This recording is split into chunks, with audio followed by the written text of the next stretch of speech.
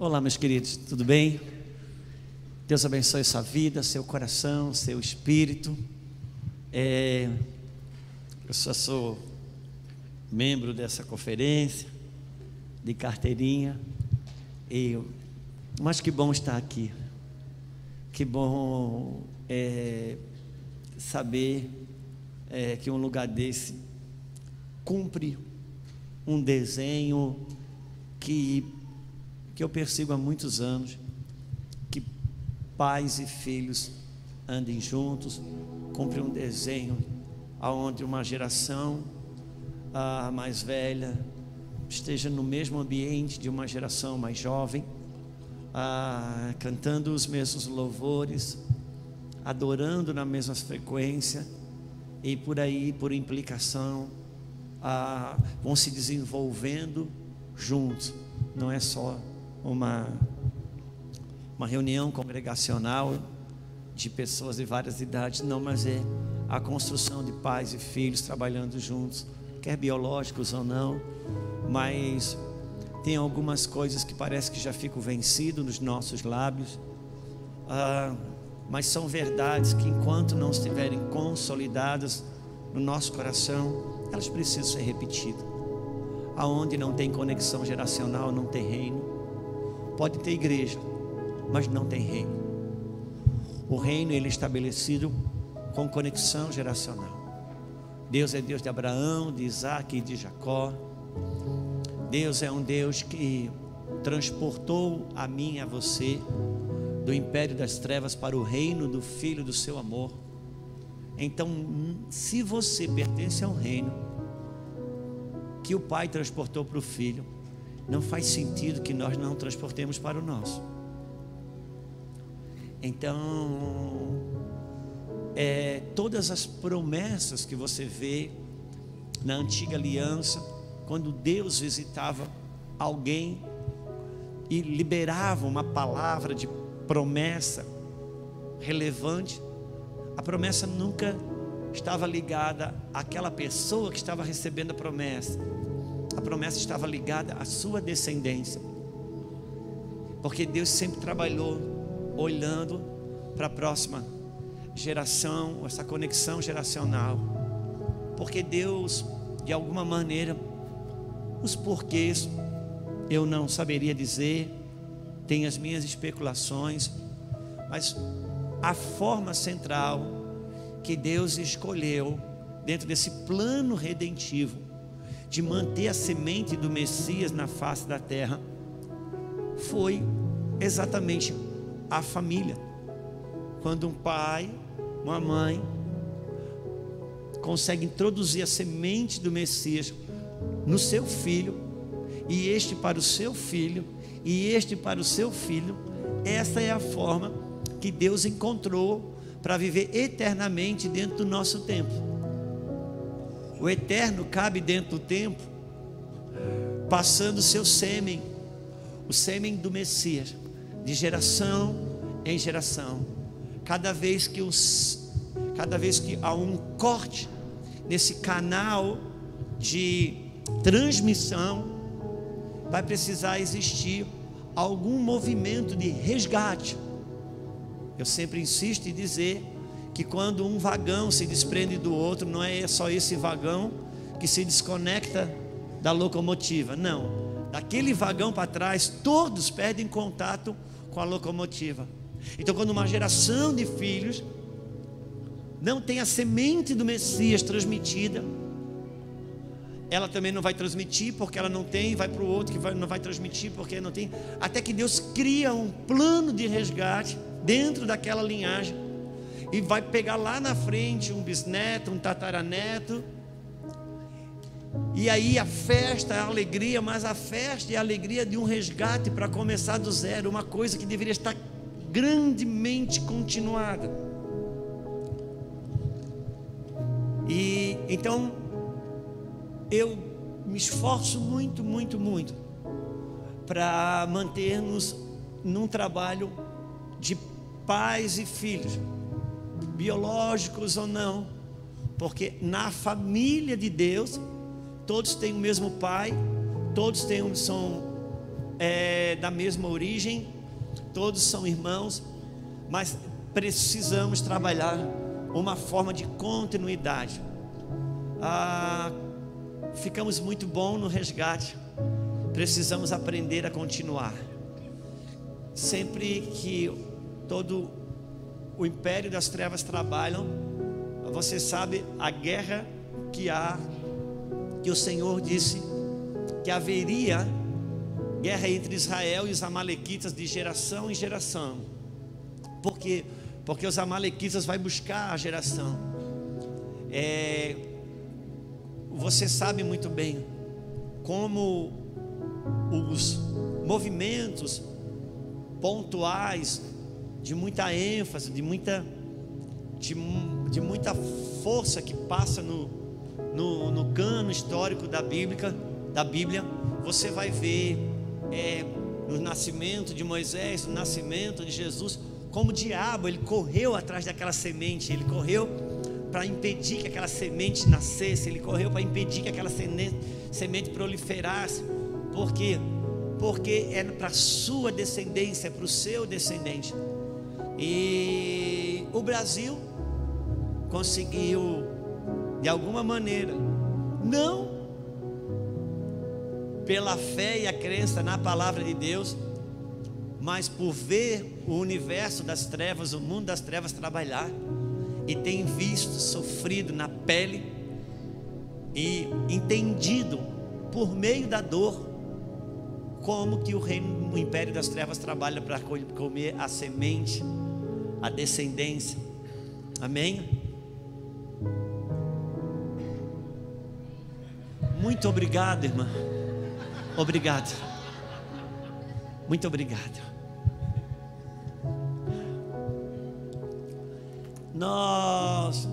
É um tempo que a gente precisa saber o que está cantando, saber o que está pregando, saber o que está aplaudindo, saber por que está dizendo glória a Deus e aleluia.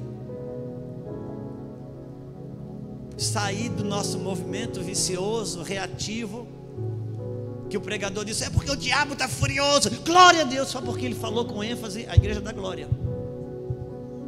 Não importa se o que ele estava falando não era digno de glória, era para chorar, como bem disse aqui, no dia que era para rir, estava chorando. Essa desconexão com o calendário do céu. E o Senhor, e nós precisamos sentar à mesa e saber o que estamos aplaudindo, falar até mesmo sobre o universo das nossas nomenclaturas. Você sabe que nesse tempo há uma guerra de narrativas, e muitos de nós às vezes acham que estão discordando por estar usando palavras diferentes sobre aquilo que pensa igual. E às vezes a gente acha que está concordando por usar a mesma palavra sobre aquilo que a gente pensa diferente. Às vezes a gente acha que está discordando e a gente pensa igual, só porque um está usando uma palavra e outro está usando outra. E às vezes a gente acha que está concordando porque está usando a mesma palavra sobre aquilo que a gente pensa totalmente diferente. Eu trabalho muitos anos com o conselho de pastores, com o universo dos pastores. Se tem uma coisa que os pastores concordam, é que eles precisam andar em unidade. Mas se você perguntar para um o que é unidade e para outro o que é unidade, a gente não consegue viver a unidade, porque a gente concorda na nomenclatura, mas nosso conceito sobre sobre aquela palavra é totalmente diferente. E às vezes a gente é capaz de brigar, achando que está discordando, porque estamos usando palavras diferentes sobre aquilo que pensamos igual. Então é o tempo da gente trazer clareza sobre as coisas. Eu não sei provar isso, recebi de uma pessoa que eu tenho um pouco de consideração por ela, que o Brasil é o país que menos entende o que lê, é um dos países que menos entende o que lê. Não é porque nós não entendemos o que lemos, é porque a gente não tem interesse em saber o que que está escrito, o que quer dizer quando a gente lê. Se você perguntar para qualquer brasileiro sobre a parábola do filho pródigo, até quem não é crente sabe, a parábola do filho pródigo ele já ouviu um dia. Talvez se você sair perguntando de irmão em irmão o que é pródigo, a pessoa talvez não saiba dizer.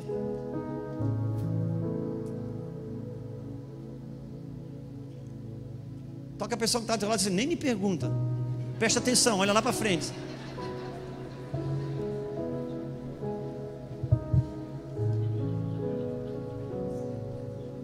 Então a gente é capaz de anunciar para alguém sobre a parábola do filho pródigo, que a gente às vezes nem sabe o que é pródigo. A gente, como o aparelho meu, aprendeu o play, o stop, para frente e para trás, joga o manual fora, que eu já sei que precisava saber. Quando eu cheguei nos Estados Unidos, que eu fiquei em 2016 viajando muito para lá, aí eu ia morar lá, talvez por causa do inglês fluente, não sei. Estava a ver eu conversando com o Shaolin, tentei conversar com ele, ele tentou conversar comigo, no português, eu disse, no inglês. Ele disse, pô, já estamos conversando, né? Já rolou uma frequência.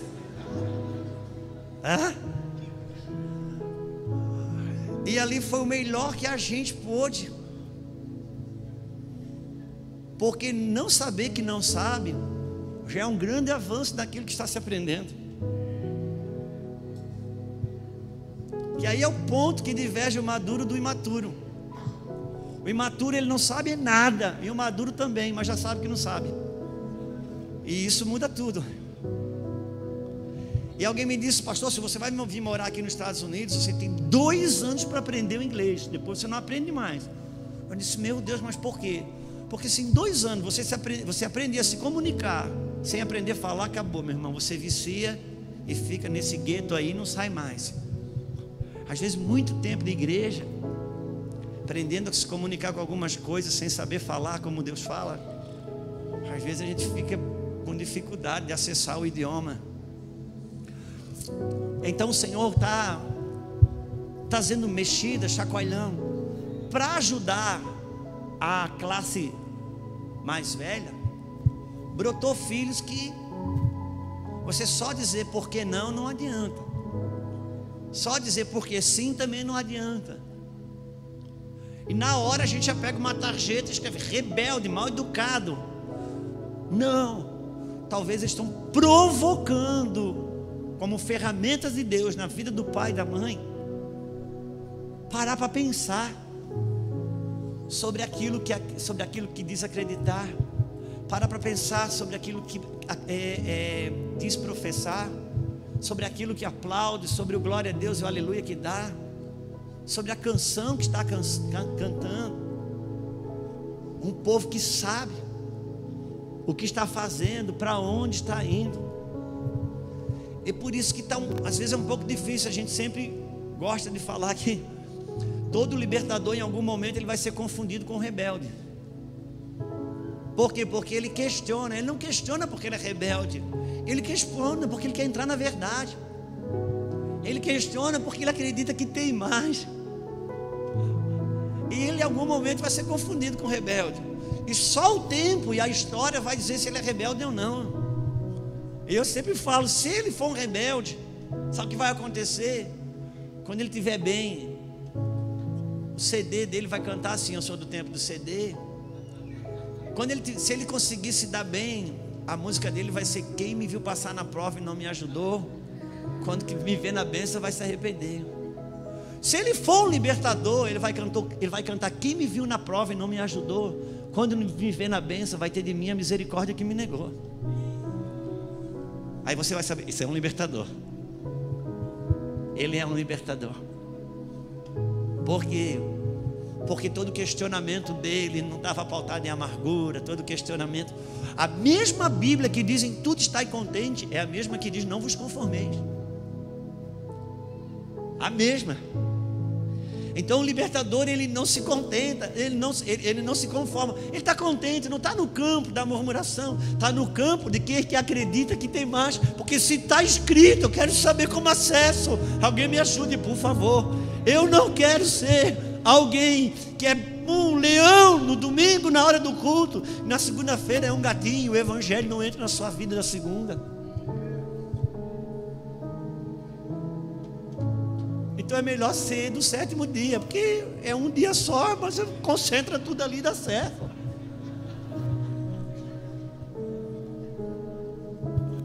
Eu tinha um amigo que ele era adventista dos 7 dias.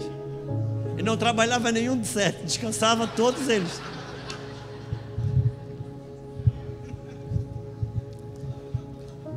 Ele não trabalhava nenhum. Não, eu quero saber. Não está no campo, meu irmão, do descontentamento, está no campo do inconformismo. Não, eu não quero. Eu quero estar naquilo que é de Deus, ser de Deus. Não quero estar no movimento da terra. Quero saber por cada passo que eu estou dando. Quando eu descobri na igreja católica que Cristo de fato e de verdade tinha ressuscitado, que eu desde criança me relacionava com alguém muito triste, na parede, e não tinha relacionamento com a ressurreição. Quando eu tive um contato aos 26 anos com Cristo ressurreto, eu disse: uau, então as coisas que estão na Bíblia são verdade. Uau, então o céu é verdade, porque Ele falou sobre o reino dos céus. Uau, mas Ele também falou sobre o inferno. Então, se é verdade sobre o céu, é verdade sobre o inferno também. Uau, se é verdade sobre salvação, então é verdade sobre cura também. Como que eu acesso isso? Eu deixei os padres meio loucos. Eles me mandaram embora como um rebelde. De fato, não era rebeldia, eu só queria saber. Eu queria entrar mais. Não vos conformeis com este mundo. Eu quero entrar mais. E a gente precisa ter um chacoalhão. Irmãos, uma coisa que tem acontecido por muito tempo. A gente não vai resolver isso num dia só, mas se a gente falar sobre isso, talvez a gente dê avanço. Nós, de alguma forma, criamos vou até usar uma palavra que volta e meia eu gosto de usar umas palavras que o pessoal começa, sempre tem uma palavra nova entrando, né, nos nossos discursos. Agora tem um negócio que volta e meia fala do ecossistema.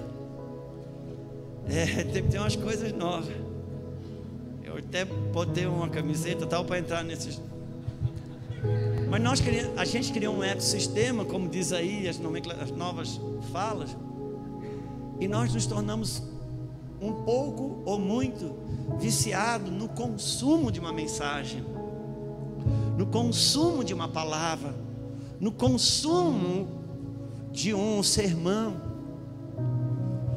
Mas é um consumo de ouvir uma coisa boa, bacana, que a gente considera inteligente ou poderosa, mas que não traz comprometimento no dia seguinte. Se foi tão poderoso, se foi tão impactante, no mínimo eu deveria ter anotado algumas coisas, escrito algumas coisas, ido para casa e saber aquelas chaves que eu recebi ali, porque aquilo é um lugar. Porque quando Deus libera uma palavra, irmãos, a nível de púlpito, mensagem, ou um CD, uma música que você ouve, ou um livro, a palavra que ela toca em você, não é Deus vindo até você para mudar sua realidade aqui, não.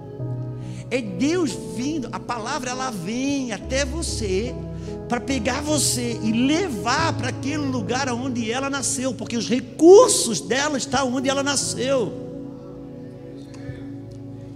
Por isso que a palavra de Deus é como a chuva, como uma neve, que tocando ela não volta vazia. Ela veio buscar alguma coisa da terra. Ao mesmo tempo que ela refrigera, que ela dá poder, ela vem buscar alguma coisa. E quanto mais a nuvem, o céu consegue buscar da água que ela deu para a terra, quanto mais a terra vai junto. O que define a próxima chuva é o que a terra devolveu da anterior. E às vezes a gente vai para um cinema, assiste um filme impactante. Alguém que já teve essa experiência, foi lá ver uma estreia de um filme, chega lá, mexeu, tocou na alma, falou, uau, arrepiou, riu, chorou. Só que quando você sai dali, de dentro do cinema, você tem todo o direito de viver a sua vida. Aquilo foi um filme, ficou dali para dentro, foi uma emoção que eu tive, foi algo bacana, mas eu tenho a minha vida me esperando aqui fora. Quando Deus vem com uma palavra inspirada do Espírito, Ele não vem para você ter uma experiência emocionante e quando sai dali vai viver a sua vida. Não, ela veio para tocar a terra e transformar. Eu preciso entender qual o propósito de uma visitação de Deus, porque uma luz que você recebe no Espírito é uma visitação de Deus. Uma cura que você recebe é uma visitação de Deus. Um toque da glória, ou da presença, ou do poder, use o nome que você achar melhor, é uma visitação de Deus. Só que a visitação, irmãos, entenda, a visitação, ela tem uma proposta. E qual que é? A proposta da visitação é dar para mim uma condição de eu me reposicionar sem dor. Ela vem com o objetivo de eu me reposicionar sem dor. Quando eu recebo uma visitação, consumo e desfruto do benefício dela, da graça dela, do poder dela, mas eu não aproveito esse benefício para me reposicionar, sabe o que acontece? Em algum momento ele vai voltar para me reposicionar, porque ele não vai desistir de mim, mas o reposicionamento vai ter que ser com dor, porque eu não aproveitei da visitação para reposicionar, eu só consumi o benefício que ela trouxe. Cadê a irmã do amém? Muito obrigado, meu nome, não me larga, em nome de Jesus, é nós dois estamos juntos.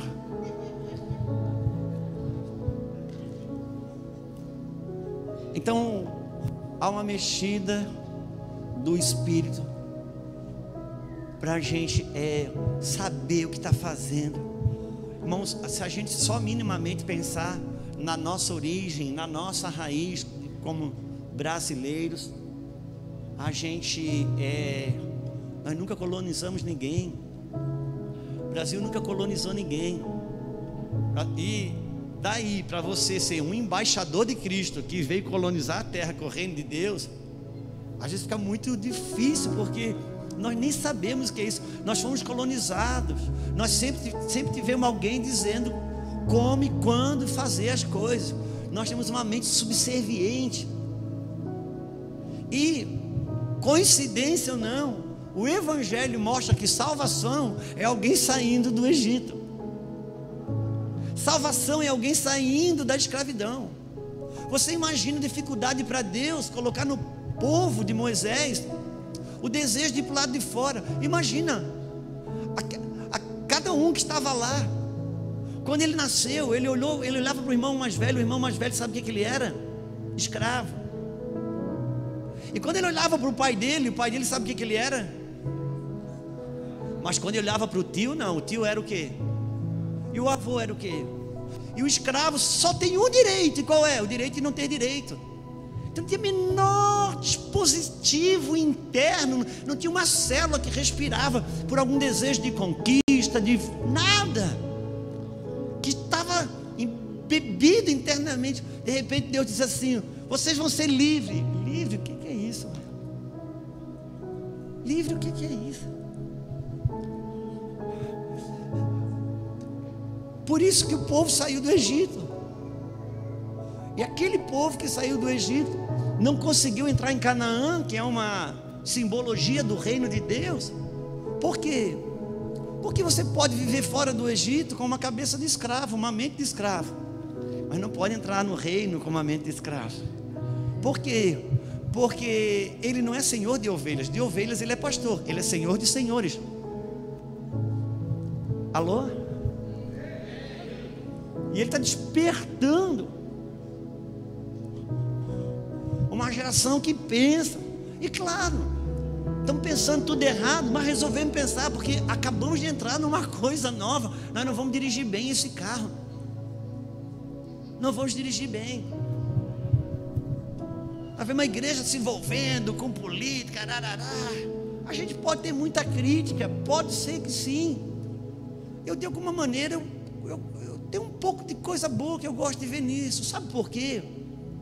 A igreja nunca se interessou por governo. De repente, começa a querer guerrear por governo. Opa! Porque, meu irmão, um povo que espera um governo, que espera pelo reino, não tem mínimo sentimento sobre o governo que está envolvido, é porque está muito distante dessa perspectiva lá. Eu não sei se eu estou conseguindo passar o que eu quero dizer. Não, irmãos, a igreja, ela clama pelo um governo que vai vir, um governo de justiça, um rei que vem. Ela se relaciona com esse anseio. Não é possível que aqui na pele, na sua vida diária, ela não tenha nenhum sentimento sobre isso. Então, se ela foi despertada de alguma coisa, de alguma maneira, amém. Mas está fazendo tudo errado. Porque criança faz errado até aprender a fazer certo. Até aprender a fazer certo. Só tiver um pouquinho de paciência.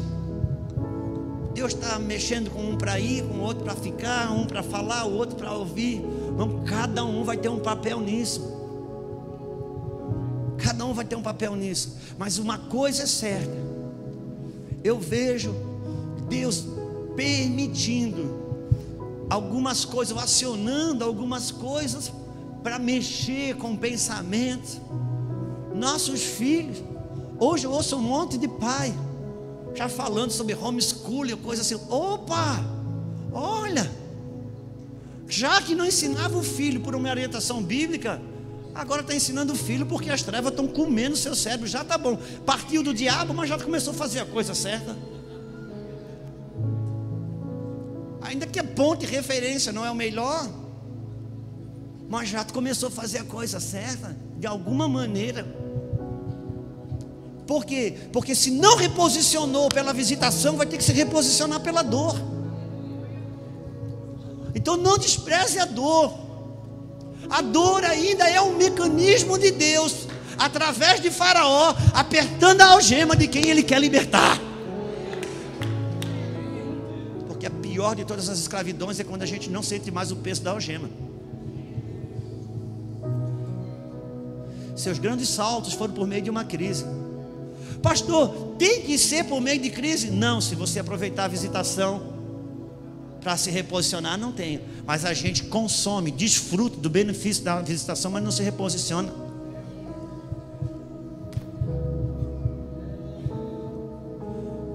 Então nós estamos sendo chamados a mexer.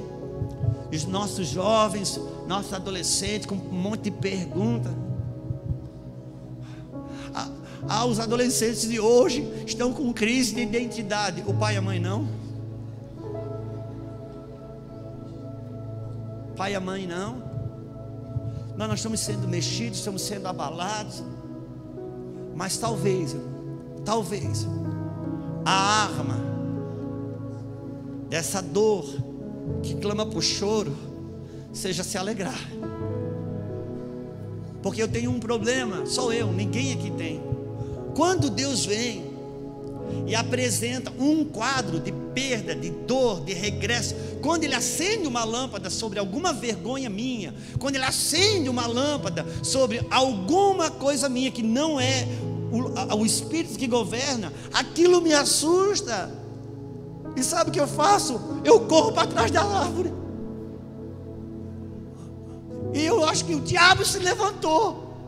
Eu não consigo imaginar que ele chegou para se encontrar comigo. Adão, onde que você está? Senhor, eu estou nu, eu vim para te encontrar com você, cara. Você estava no pecado, não tinha problema de estar nu. Quando eu me aproximo, isso te incomoda? Não. Quando eu me aproximei, veio luz. Quando veio luz, você viu sua nudez. Mas deixa eu te tampar, não vai atrás da árvore. Eu não consigo imaginar que o movimento da bondade de Deus está em operação quando uma fraqueza minha é exposta.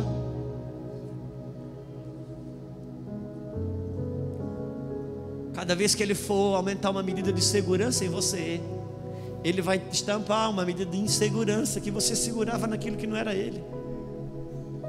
Nesta hora eu me apavoro e eu corro, e Ele diz: não mostrei sua nudez para você correr, mostrei para cobrir.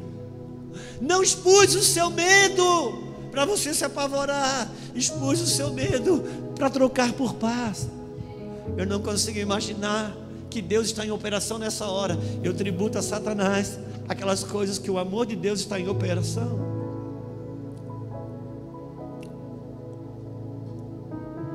Quantos estão comigo? Então Ele está fazendo e mexendo com a mente, com a cabeça. E eu estou atrás dos jovens, porque essa garotada, elas estão muito propícias. O Eduardo, meu genro, essa semana uma menina da igreja fez 15 anos. E ele foi lá, ele foi convidado para ir no aniversário dela. Ele é pastor dos jovens lá. E ele foi, nossa filha, foi alguns irmãos da igreja. E lá na festa havia uns 10, 12 ou 15 jovens da sala de aula da menina. É uma escola pública.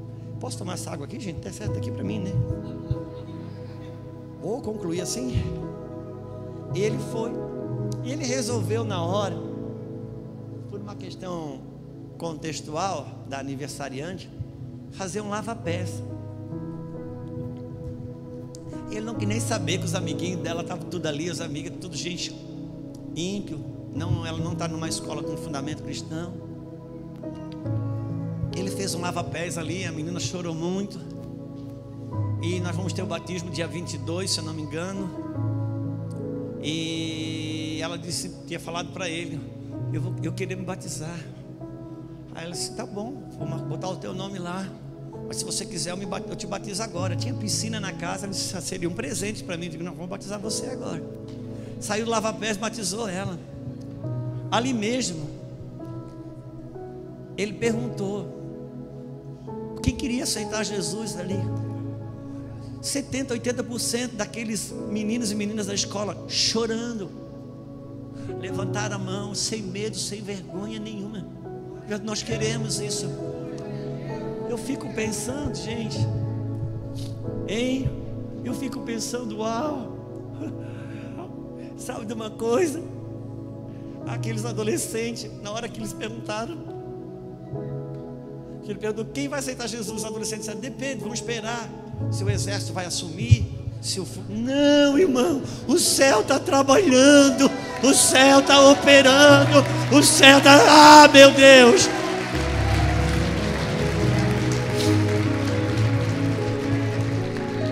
o céu está fazendo,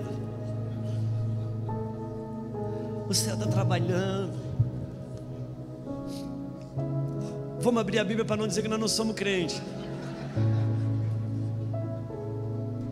E tem um monte de pregador aqui, e todo pregador sabe que começa a hora que lê a Bíblia. Não vai querer mudar hoje, não é, pastor Medina? Começa quando lê. Pronto. Então tá bom. Capítulo 8 de Marcos vai dizer assim: naqueles dias, quando outra vez se reuniu grande multidão, e não tendo eles o que comer, chamou Jesus os discípulos e disse: tem compaixão desta gente, porque há 3 dias que permanece comigo e não tem o que comer. Se eu despedir para as suas casas em jejum, desfalecerão no caminho, e algum deles vieram de longe. Ó meu Rei, muito obrigado, Senhor. Bom, meus irmãos, eu penso que talvez aqui nessa conferência eu meio que vou diminuindo a intensidade desta palavra, desse entendimento que o Senhor me colocou fortemente no Espírito. E os últimos 40 dias eu venho falando sobre isso, por algo, uma espécie de um depósito que o Senhor coloca no meu espírito, e que a gente vai liberando, e depois aquilo vai perdendo um pouco de força, e Deus vai trazendo outras coisas que vão agregando. Mas isso aqui tem sido para mim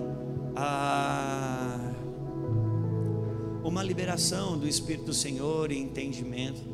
Eu sei que nós estamos numa conferência profética, tem profetas aqui que vão falar sobre a movimentação do universo profético e tudo mais, e você sabe muito bem, meu encargo é um encargo pastoral, como fundamento apostólico. Eu estava conversando com o Fábio Coelho no avião, acabou que viemos juntos, e o movimento profético, ele tem a sua ênfase na corrida. O movimento pastoral tem a sua ênfase no carro. E Deus não me chamou para pescar o peixe, Deus me chamou para limpar o peixe. Eu quase sempre cuido do carro, e tem aqueles que cuidam da corrida, porque eu cuido do carro de corrida. E eu sempre brinco dizendo, foi essa alegoria que Deus me deu alguns anos atrás, quando acho que eu preguei pela primeira ou segunda vez no retiro de pastores do Mevan, e era só gente. Primeira vez que eu tive que pregar, o pastor me avisou de noite que eu ia pregar amanhã de manhã dentro do retiro de pastores. Eu digo, eu só pregava no culto de casais. Aquela noite eu tive um conhecimento de todas as diarreias que existem. Eu passei a noite inteira. Foi uma cura interior que eu...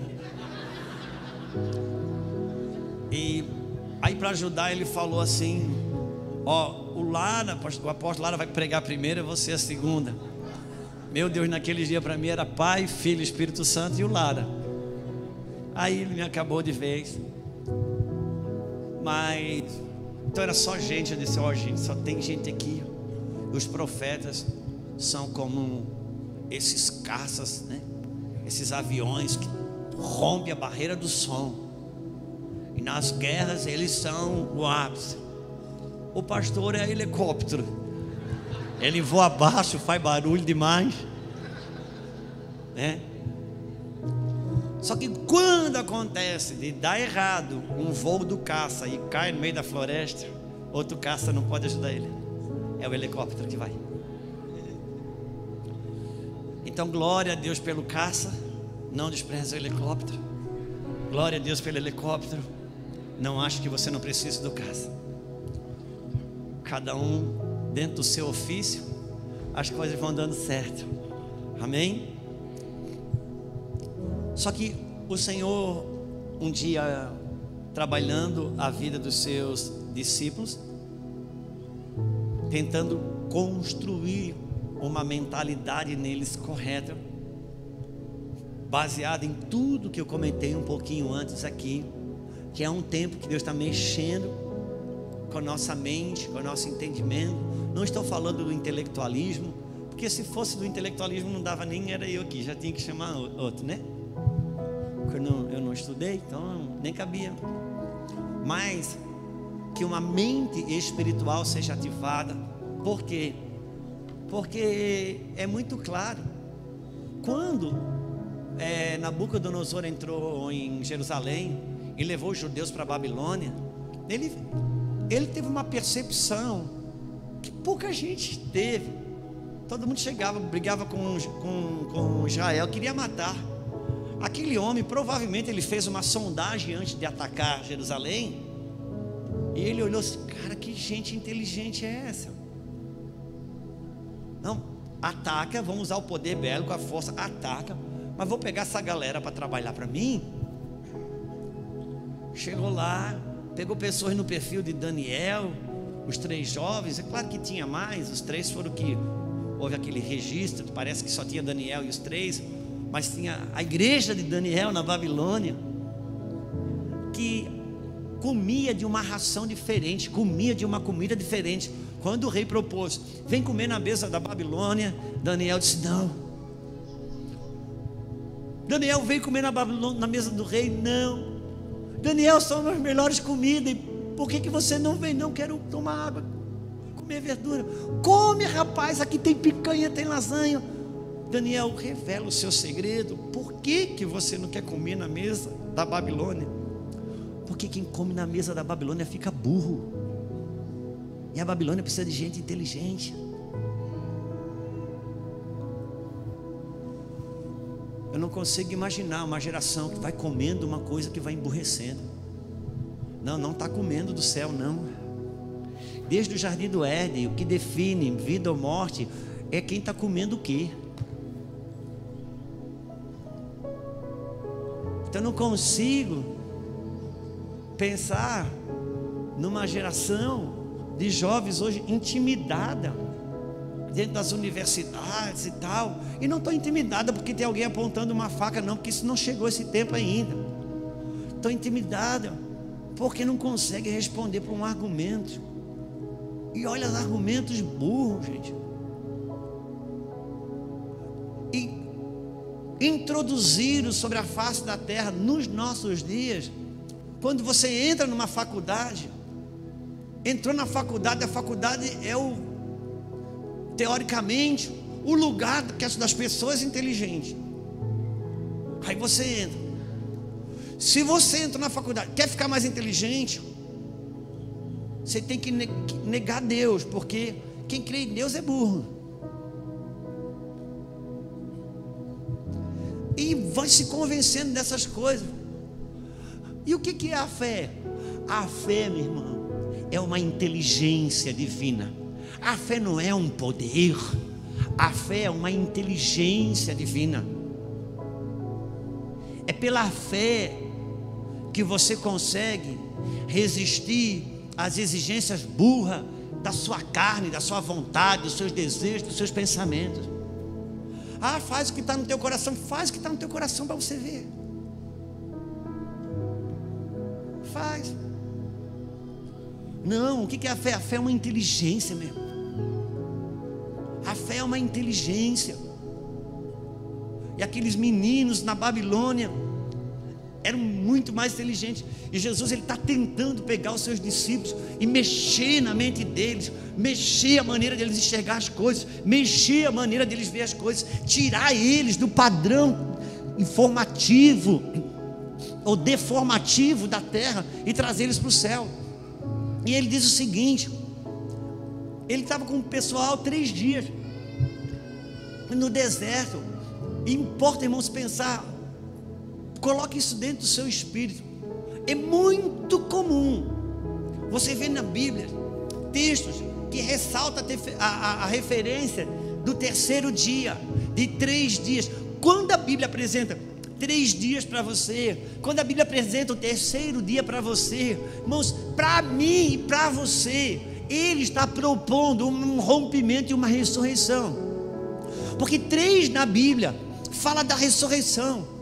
Lembra quando Deus falou a Moisés, disse para Faraó liberar o meu povo e que eles se separem 3 dias do Egito. Por que 3 dias? Porque está falando da morte e da ressurreição de Cristo. O que te separa do Egito não são 3 dias, é a morte e a ressurreição de Cristo.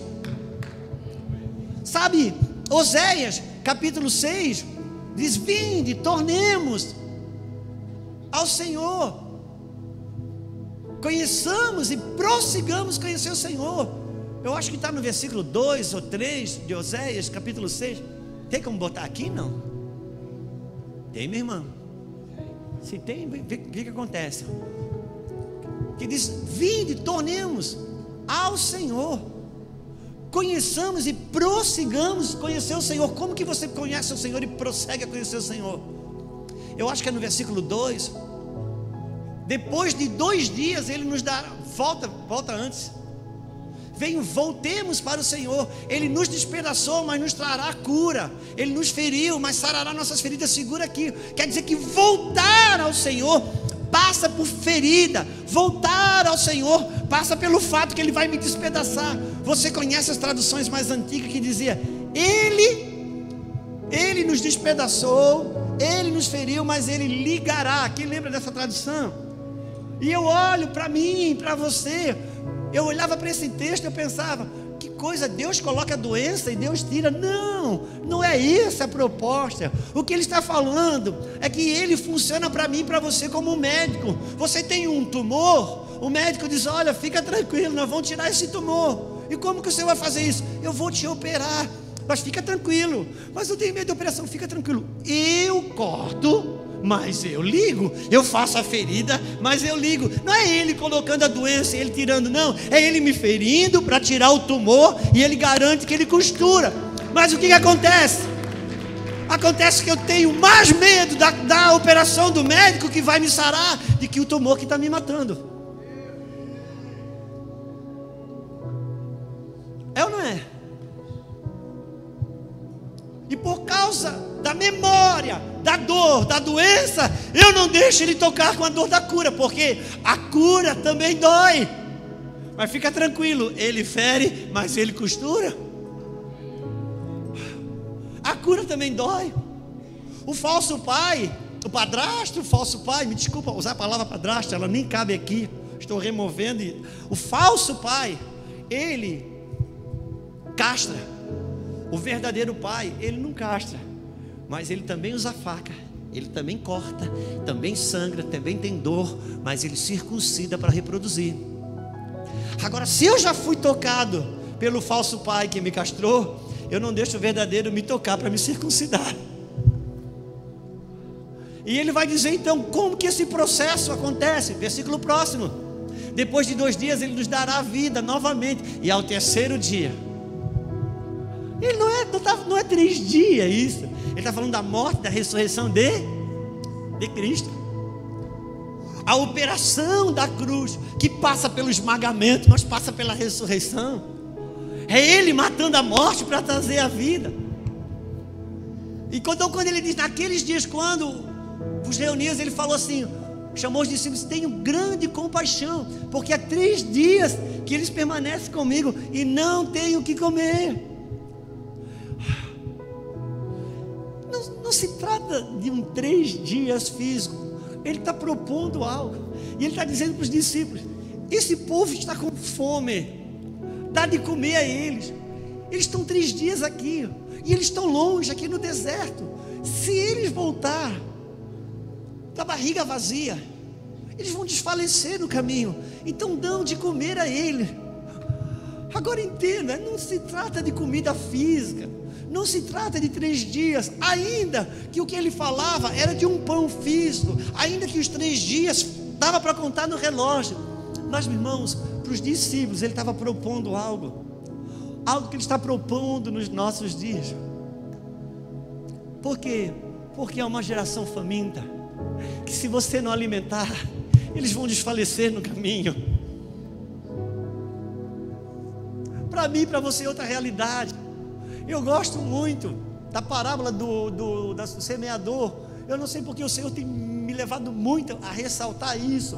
Na parábola do semeador, todos sabem, Marcos capítulo 4 vai dizer aonde Jesus, ele trabalha a parábola do semeador. No final, em casa, eles perguntam para ele sobre a parábola do semeador. Ele diz o seguinte, acho que está no capítulo 4 de Marcos, capítulo 13 também de Mateus, mas em Marcos 4, acho que o versículo 10, 15, 12, Jesus diz assim, quando eles pedem a explicação da parábola do semeador, ele diz assim: para vocês eu falo em parábola, mas para os de fora eu dou a conhecer os mistérios do reino dos céus, eu dou a revelar os mistérios do reino dos céus. Então pegue isso dentro do seu espírito, meu amigo. O reino do céu, ele está envolto a mistérios. O reino do céu não é uma coisa que todo mundo lê e compreende. Ele está envolto a mistérios. Ele está escondido. Vê se você acha lá, Marcos capítulo 4, eu acho que o versículo 10, 11, 12. Põe do 10 ali para ver o que acontece. Que ele vai dizer: por que, irmãos? Ele vai responder. Quando ficou sozinho, os que estavam ao seu redor lhe fizeram perguntas acerca da parábola. Eu até gosto de brincar com aquele texto ali, que eles ficaram sozinhos, né, Cris? Os apóstolos chamaram ele assim e disseram: mestre, o senhor estava falando a parábola do semeador lá no culto, para a gente não perder a reputação de apóstolo. A gente deu glória a Deus, aleluia e tal, mas nós não entendemos nada. Ninguém entendeu, foi nada. Tem como o senhor explicar? E ele vai dizer: a vós é dado saber os mistérios do reino dos céus. Mas os que estão de fora destas coisas, então a estes eu falo meu Deus, irmão, será que isso não mexe com você, não? Ele está dizendo para os de fora, ele está dizendo: eu falo em parábola. Para os de dentro, ele está dizendo: entenda uma coisa, dá uma Bíblia aqui para mim, uma Bíblia de papel, aqui, ele está dizendo: aqui tem duas Bíblias, uma para os de fora e outra para os de dentro, é a mesma, mas os de fora, quando abre, lê a parábola. Se você for de dentro,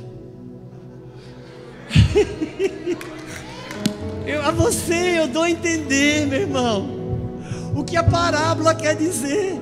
Oh, meu Deus, Jesus dos crentes, um dia isso vai ser curado. Aos de dentro, eu dou a conhecer o que eu preciso para ter revelação dos mistérios do reino dos céus. Estudar teologia, bom. Fazer curso, bom. Mas o critério 01 é você ser do lado de dentro. É você ser do dentro. Para os discípulos, ele dá a conhecer os mistérios do reino do céu. Então eu quero me esforçar para ser de dentro. Por que tirou dali, minha filha?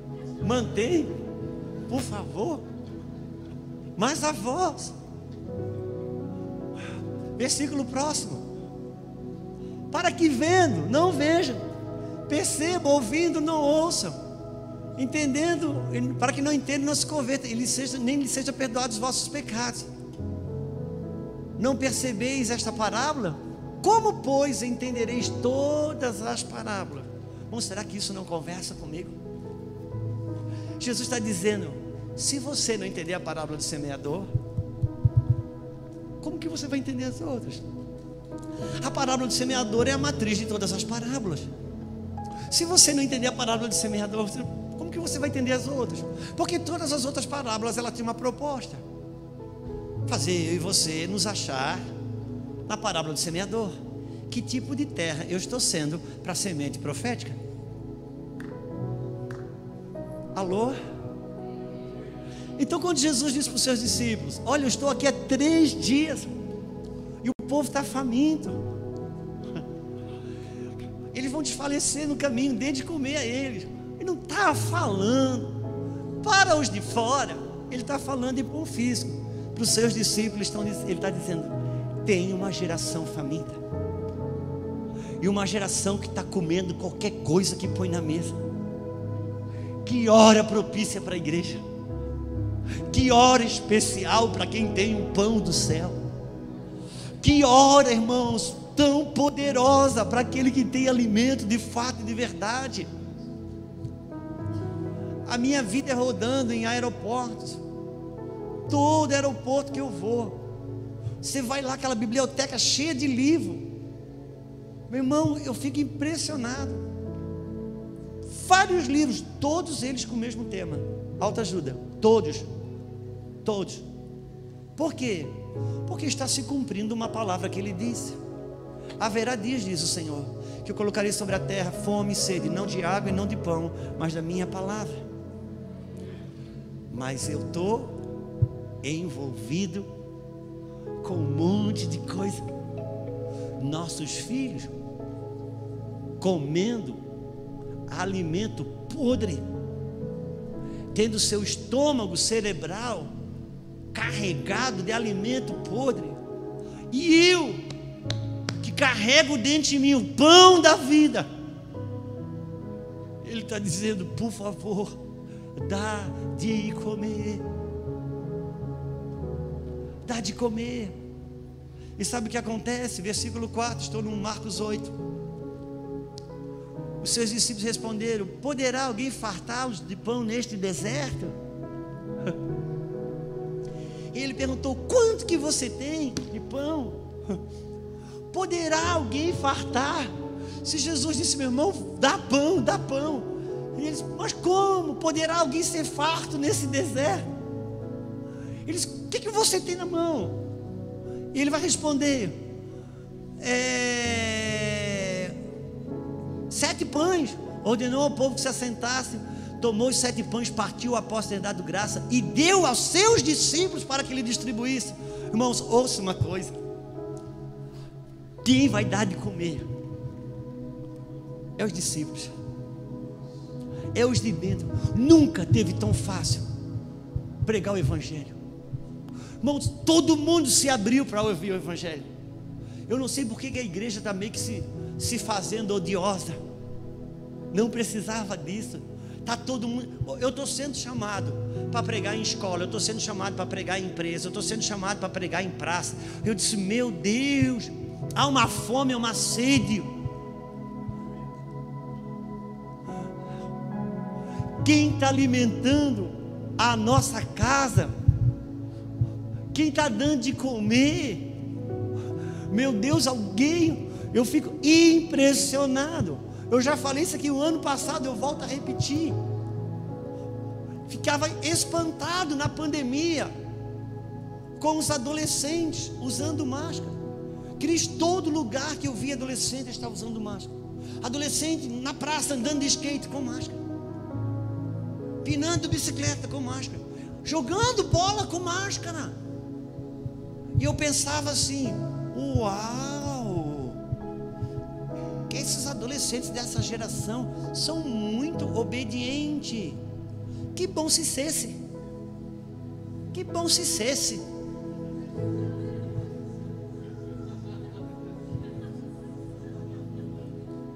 Que bom se fosse, né, irmãos? Que bom se fosse, né? Porque com relação ao pai e à mãe, ele continua rebelde. Com relação ao pai e à mãe, a tarefa que o pai manda fazer, ele não faz. Com relação ao pai e à mãe, ajudar a louça, a limpar a louça, ele não ajuda. Com relação ao pai e à mãe, arrumar a sua cama, ele não arruma. Mas por que alguém diz: põe a máscara? Ele está tão obediente. Porque não é o pai e a mãe que está mandando, ele está ouvindo outra voz. Ele está ouvindo outra voz. E se você perguntar para ele: quem mandou você botar a máscara? Ele não sabe. Ele não sabe dizer quem mandou. Por que ele não sabe dizer? Porque é uma voz espiritual que está falando com ele. E infelizmente essa voz espiritual não é o pai e a mãe que está falando. Já falamos isso aqui, mas deixa eu repetir. A Bíblia fala que no início ele era o verbo. Quantos lembram disso? Ele era o quê? Muito bem.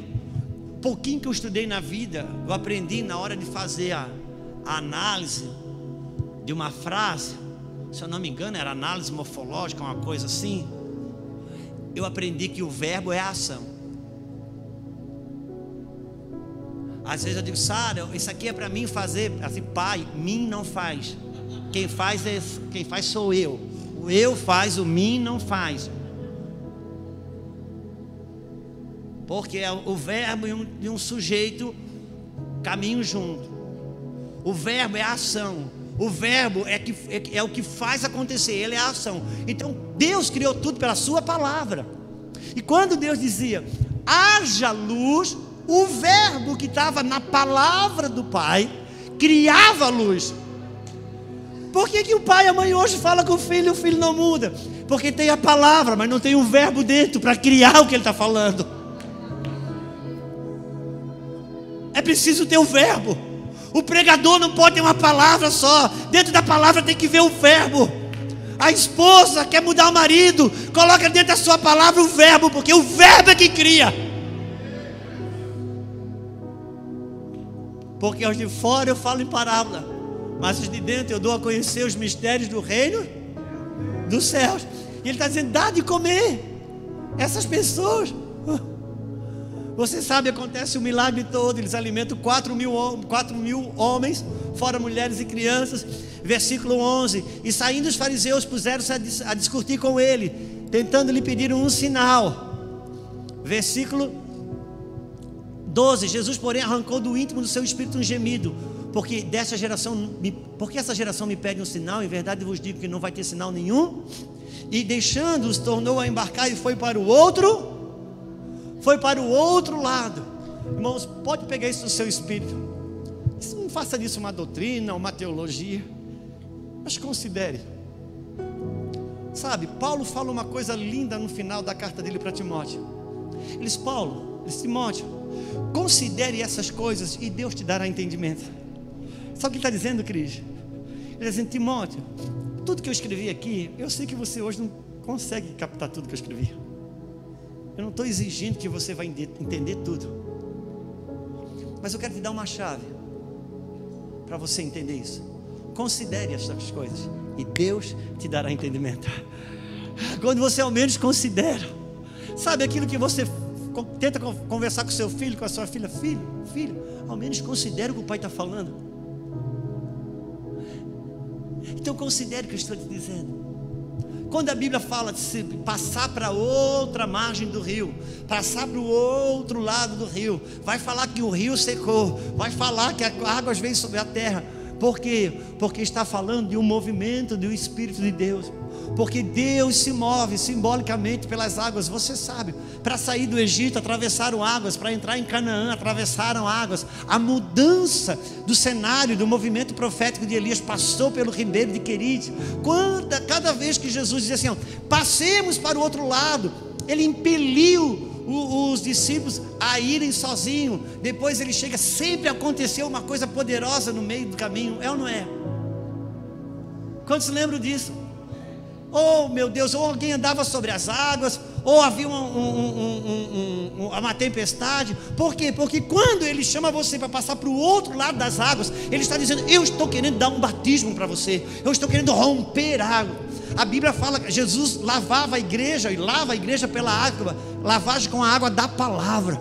A voz de Deus é como a voz de muitas águas. Quando o rio de Ezequiel fala sobre os níveis das águas, está falando sobre batismos que você passa em Deus, que te estabelece no novo lugar nele. Porque a vida passa pelas águas. Porque que o teu novo nascimento, o transporte das trevas para a luz, da morte para a vida, passa pelo batismo das águas. Por quê? Que você sai desse mundo e vai para a eternidade por meio das águas. Porque foi desse jeito que você saiu da eternidade e entrou nesse mundo. Quando a tua mãe disse: estourou a bolsa d'água, vai para o hospital que a criança vai nascer. Foi o teu primeiro batismo. Você saiu da eternidade e entrou no mundo, e agora você batiza para sair do mundo e entrar na eternidade. E quando ele diz: você vai passar pelo outro lado, para outra banda, ele está dizendo: eu estou mudando uma realidade em você. Eu estou te colocando num novo batismo, num novo entendimento. Eu estou arrancando você de uma linha e levando você para uma outra. E ele vai te falar o seguinte no versículo 13. Versículo 13: deixando, tornou a embarcar e foi para o outro. Pronto, versículo 14: ora, aconteceu que eles esqueceram de levar os pães, e no barco não tinha consigo senão um pão. Preveniu Jesus dizendo: vede, guardai-vos do fermento dos fariseus, e guardai-vos do fermento de Herodes. E eles discorriam entre si: é que não temos pão. Jesus, percebendo, perguntou: por que discorriam sobre não ter pão? E ele entra no barco e ele diz assim: gente, cuidado com o fermento do fariseu, cuidado com o fermento do Herodes. E os discípulos na hora disseram: eita, o mestre já descobriu que nós esquecemos de trazer os pães que sobraram. Sobrou cestos de pães no milagre da multiplicação. E Jesus escutou, olhou, ele disse: cuidado com o fermento do fariseu, cuidado com o fermento de Herodes. Eita, gente, Jesus quer o pão que sobrou. João, você pegou o pão? Não. Bartolomeu, você pegou o pão? Não. E nem adianta, que o pai revela tudo para ele, ele já sabe que a gente esqueceu. E ele está falando: cuidado com o fermento do fariseu. Diga aí, gente, ó, pão da panificadora do fariseu ninguém compra mais que pão da panificadora do Herodes, não. Aí ele diz assim, Jesus, conhecendo isto, disse-lhes: por que conversais? Por que discutis? Por que arrazoais? Que não tendes pão? Jesus está dizendo: gente, estou tentando comunicar uma verdade para vocês. Eu estou tentando comunicar um pensamento para vocês. Eu estou tentando ativar uma linha de raciocínio, uma linha de pensamento. Mas vocês estão tão pautados, vocês têm um evangelho tão pautado em necessidade, na sua dor, na sua necessidade, que eu falei do fermento, vocês já estão perguntando que é porque falta pão. Não considerastes, nem compreendestes ainda. Aí ele vai, pode segurar nesse versículo, ele vai falar: lembra, naqueles dias tinham os pães, e eu multipliquei quantos sobraram? Sobrou 7 cestos. E agora, acabei de multiplicar pão, sobrou quantos cestos? Sobrou 7. Por que que vocês ainda estão...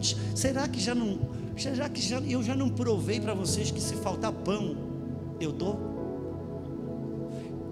Até quando vocês vão pegar o que eu digo e raciocinar, pensar, interpretar a partir da necessidade, a partir do suprimento da tua necessidade, a partir da tua dor? Eu estou falando do fermento do fariseu, gente, que altera toda a composição do pão que os seus filhos estão comendo na religião. Eu estou falando do fermento de Herodes, que está no pão que o teu filho está comendo na escola. E você está pensando ainda, porque não tem pão. Vocês estão imaginando que eu estou falando sobre o pão, enquanto vocês estão na igreja, na fila do pão, seus filhos estão comendo, tendo o cérebro deles comido nas escolas, a religião, com Herodes, com esse sistema, naquilo que leem, naquilo que ouvem, naquilo que assistem. E vocês fazem na fila do pão, tentando convencer um Deus mau, ficar bonzinho para suprir a necessidade de vocês. E eu estou tentando arrancar vocês dessas linhas de pensamento e vir para uma nova realidade. Os seus filhos estão comendo um pão apodrecido, estão tendo o seu estômago cerebral detonado. Se isso é uma conferência profética, então vamos falar sobre o espírito da profecia. Meu irmão, na pandemia, o decreto do faraó dizendo: tranca todo mundo dentro de casa, põe as crianças para estudar online. E eu via pai e mãe dizendo, crente: meu Deus, eu não vejo a hora que acaba esse online, eu não vejo a hora que essas crianças voltam, meu filho volta para a escola, minha filha volta para a escola. Que enfado esse negócio de ter que ajudar no computador e tal.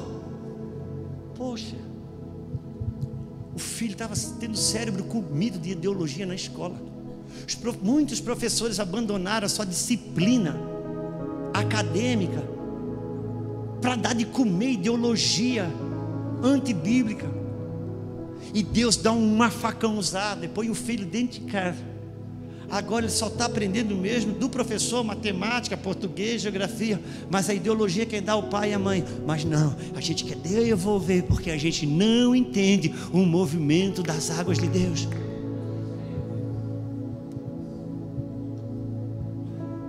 E ele está dizendo: até quando?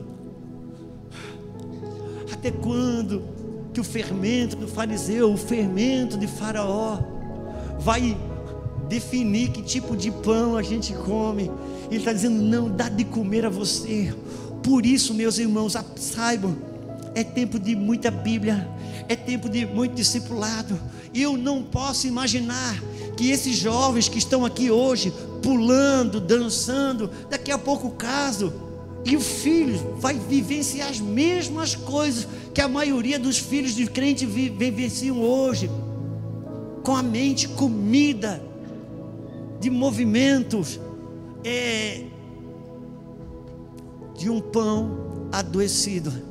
Não, eu quero declarar aqui nas regiões celestiais: a sua casa você vai dar de comer. No meio que você passa, você vai dar de comer um pão vivo, um pão genuíno, uma palavra viva. É você que vai dar de comer. Alimente Jesus nasceu em Belém. E você sabe o que quer dizer Belém. Os teólogos aqui sabem o que quer dizer Belém. A casa do... Uau! Pergunta: na sua casa já teve alguém cujo Jesus nasceu? Jesus já nasceu aí na sua casa? Então, por favor, sua casa é casa do pão. Nós precisamos dar de comer. Agora, de uma verdade. Não é de mais uma filosofia. Não é mais de uma ferramenta técnica para mudar a mente de ninguém. Se o Filho do Homem não vos libertar, se o Filho do Homem vos libertar, sereis verdadeiramente livre. Eu tenho que encerrar. Quero deixar o Medina com culpa. Fique de pé. Mas por favor, a gente precisa voltar das Escrituras. Pega, minha irmã. Dessa, irmão. A parábola é para os de fora. Para você, Deus tem os mistérios do reino dos céus. Nesse tempo está um agito tão grande. Tem uma instrução divina. Tem uma palavra viva. O teu Deus é Deus dos vales e é Deus dos montes. Ele é Deus da guerra e Ele é Deus da paz. O Senhor é Senhor em todo o tempo.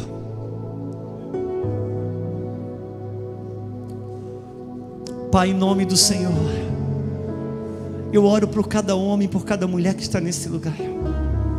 Deus nos ajuda a, de uma forma violenta, posicionada no Espírito, ter uma entrega genuína e profunda para perfurar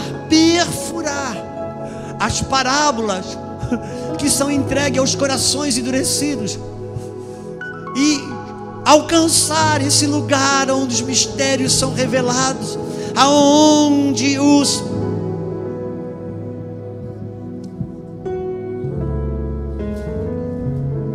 recursos, obrigado Espírito Santo, aonde os recursos dos céus estão disponíveis para responder para esse tempo, dentro da realidade de cada um, na sua casa, no seu trabalho, no seu lugar onde o seu ministério está em movimento. Deus, que os recursos genuínos que estão ocultos, escondidos nas tuas parábolas, sejam liberados, Senhor. Que as despensas dos teus filhos sejam liberadas, abertas, e que haja pão vivo na casa dos teus filhos. Que haja pão vivo no meio do teu povo, em nome do Senhor Jesus. Critério 01, ser de dentro. Amém. Deus abençoe sua vida. Deus abençoe seu coração, seu espírito, sua mente. Que você anote aquelas sementes ou chaves que você sabe que ela sai daqui, ela vai em direção ao seu espírito. Anote, escreva, vai para casa se relacionar com ela, para que ela te leve para esse lugar onde a revelação nasceu, esse lugar no Espírito de Deus, onde recursos estão disponíveis, para que na semana que vem essa ferramenta, essa arma esteja com você, no meio de uma crise, de uma situação contrária, de um momento adverso, ela esteja ali com você, mais do que uma palavra pregada, bem encaixada, maravilhosa, que traz sensação boa ou confrontante, seja o que for, mas um recurso do céu com você, dentro da sua vida e da sua casa. Amém?